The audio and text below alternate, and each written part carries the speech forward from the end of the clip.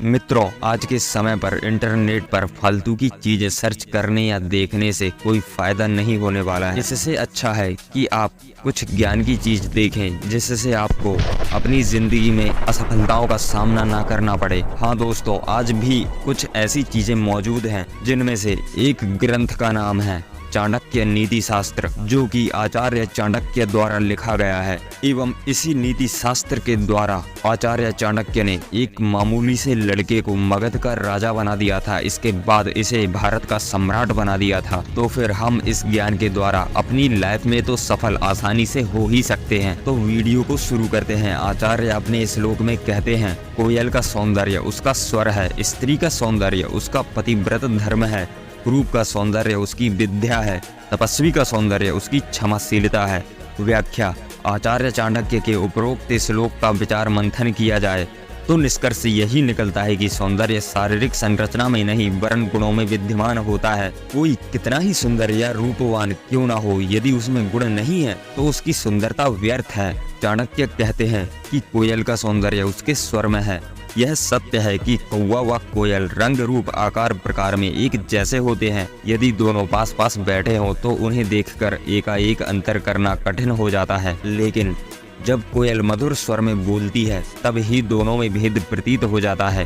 कोयल अपने मधुर स्वर के कारण सबको प्रिय लगती है, वह सम्मान की दृष्टि से देखी जाती है, लेकिन कौवा कर्कश स्वर में काव काव करता रहता है, फलतः उपेक्षा का शिकार होता है। कोयल के कंठ की उपमा मधुर स्वर वाली स्त्री को भी दी जाती है और कहा जाता है कि यह तो कोकिला कंठा है। इस प्रकार कोयल का सौंदर्य उसके मधुर बोलने के गुण में विद्यमान है। इसी तरह स्त्री का सौंदर्य उसके पतिव्रत धर्म में विद्यमान है। जो स्त्री पति के अनुकूल आचरण करने वाली होती है, पति को ही परमेश्वर मानकर उसकी सेवा करती है, भले ही पति दुराचारी हो या फिर अवगुणी हो, ऐसी पतिव्रत धर्म का पालन करने वाली स्त्री भले कुरूप ही क्यों ना हो, वह सुंदर ही कही जाएगी। इसके विपरीत जो स्त्री भले ही कितनी खूबसूरत क्यों ना हो, यदि वह पतिव्रत धर्म का पालन न करने वाली है तो उसे बदसूरत ही कहा जाएगा। किसी भी व्यक्ति का सौंदर्य उसके विद्यावान होने के गुण में विद्यमान है। व्यक्ति भले ही काला कलूटा बदसूरत क्यों ना हो, यदि वह विद्वान है तो वह सुंदर कहा जाएगा। स्वयं चाणक्य भी बदसूरत थे, अरस्तु भी बदसूरत थे, लेकिन